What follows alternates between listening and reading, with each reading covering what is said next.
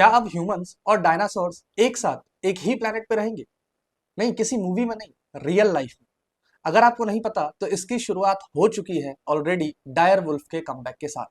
तो welcome back to the Mytho Mysteries और एक बार फिर से सालों बाद आपका स्वागत है इस चैनल पे। मैं हूं वास्तु और आज हम बात करने वाले हैं डायर वुल्फ की।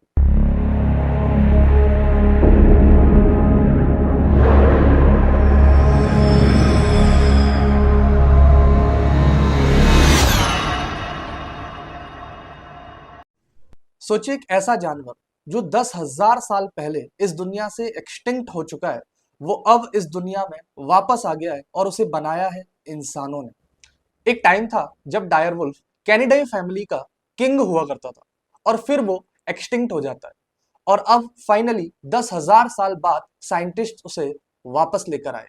इसलिए कुछ लोग सवाल कर रहे हैं कि जिन प्रजातियों को हमने खोया, क्या उन्हें वापस लाना चाहिए? एक एक्सटिंक्ट जानवर, एक जेनेटिक एक्सपेरिमेंट और एक ऐसा डिसीजन जो पूरी ह्यूमैनिटी को बदल सकता है। कुछ लोग सोच रहे होंगे कि ये किसी साइंस फिक्शन मूवी की स्क्रिप्ट है। नहीं भाई, ये सच है। कोलोसल बायोसाइंस नाम की बायोटेक कंपनी ने बनाया है एक ऐसा जानवर जो एक्सटिंक्ट था और अब ये हमारे प्लेनेट में वापस आ चुका है। हाँ, हम बात कर रहे हैं डायर वुल्फ की। कोलोसल बायोसाइंस नाम की बायोटेक कंपनी ने, जो कि यूएसए में बेस्ड है, उसने क्लेम किया है कि उन्होंने डायर वुल्फ को दोबारा जिंदा कर दिया है। लेकिन क्या ये सच है? और अगर है तो इसका क्या इम्पैक्ट पड़ने वाला है फ्यूचर में ह्यूमैनिटी के ऊपर? जिस डायर वुल्फ की हम बात कर रहे हैं वो कोई फैंटेसी एनिमल नहीं है। ये एक असली हिस्टोरिकल प्रेडेटर था और आज से 10,000 साल पहले तक नॉर्थ अमेरिका में पाया जाता था। इनका साइज आज के नॉर्मल वुल्फ से बड़ा होता था, मसल्स ज्यादा होते थे और ये शिकार करने में काफी एक्सपर्ट थे। अगर ऐसे नहीं समझ पा रहे तो मैं इसका एक विजुअल बताता हूँ। मैं ये अज्यूम कर रहा हूँ कि 70% से ज्यादा लोग जो मेरे इस वीडियो को देख रहे होंगे उन्होंने गेम ऑफ थ्रोन्स नाम की वेब सीरीज जरूर देखी होगी। ठीक है, तो उन वेब सीरीज में नेड स्टार्क ने अपने बच्चों को जो वुल्फ्स गिफ्ट में दिए थे वो तो आपको जरूर याद होंगे। वो वुल्फ जो थे वो डायर वुल्फ ही थे। हालांकि वो एक फिक्शनल सीरीज थी और असली दुनिया में ये प्राणी लगभग 10,000 साल पहले ही विलुप्त हो चुका है, जिसकी चर्चा हम कई बार कर चुके हैं। तो ये तो हो गई डायर वुल्फ की बात। अब बात करते हैं कोलोसल बायोसाइंस की, जिस कंपनी ने इनको बनाया है। उन्होंने क्लेम किया है कि उन्होंने पहली बार 3 genetically engineered wolf pups create किए हैं, जिनका नाम है रोम्युलस, रेमस और खलीसी। ये जो खलीसी नाम है ये गेम ऑफ थ्रोन्स की वो जो ड्रैगन मदर वाला कैरेक्टर था उसी से इंस्पायर्ड होके रखा गया है। तो अब बात करते हैं इन डायर वुल्फ्स को बनाया कैसे गया, कैसे इनको डेवलप किया गया। दरअसल कोलोसल बायोसाइंस में डायर वुल्फ्स के 13,000 साल पुराने दांत और 72,000 साल पुरानी खोपड़ी से डीएनए निकाला और फिर मॉडर्न ग्रे वुल्फ के 14 स्पेशल जीन्स को gene by gene modify and edit करके डायर वुल्फ जैसी खासियतें डाली, जैसे ज्यादा body mass, thick fur, jaw structure, तेज एग्रेशन। ये मॉडिफाइड जीन्स को क्लोन करके सरोगेट डॉग मदर्स में इम्प्लांट किया गया और फिर ऐसे 3 डायर वुल्फ्स पैदा किए। पर क्या ये असली डायर वुल्फ्स हैं? यहां कंट्रोवर्सी शुरू होती। कई लोगों का मानना है कि ये असली डायर वुल्फ्स नहीं है, क्योंकि ट्रू डायर वुल्फ का जो फुल जीनोम है वो अभी तक डिकोड नहीं हुआ है।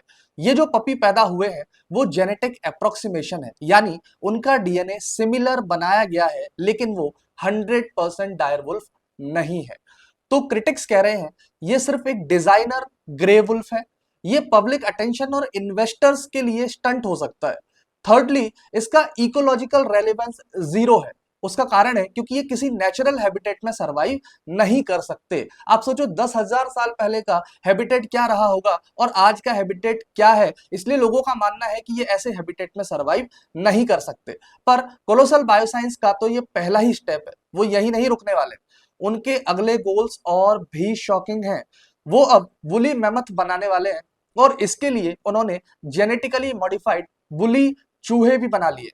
उनका अगला प्लान है एक मादा हाथी की मदद से अगली पीढ़ी के वुली मैमथ पैदा करना।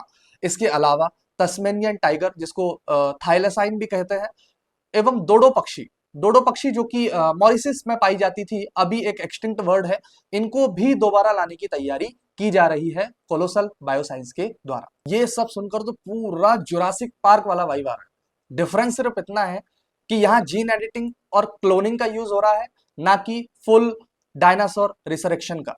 लेकिन सवाल ये उठते हैं, क्या हम एक्सटिंक्ट स्पीसीज लाकर मॉडर्न स्पीसीज के सर्वाइवल को रिस्क में डाल रहे हैं?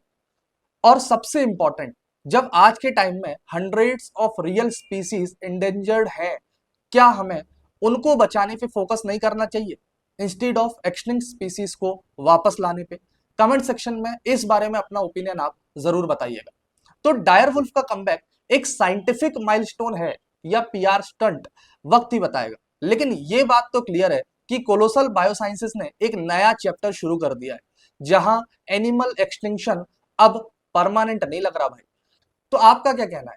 क्या ये अचीवमेंट ह्यूमैनिटी के लिए ब्लेसिंग है या डिजास्टर की नई रेसिपी? कमेंट सेक्शन आपके ओपिनियंस के लिए ओपन है। अगर आपको ये वीडियो पसंद आया हो तो वीडियो को लाइक करो और सब्सक्राइब कर लो फ्यूचर के ऐसे ही शॉकिंग अपडेट्स के लिए। तो मैं मिलता हूं आपसे अगले वीडियो में, तब तक के लिए टाटा बाय बाय।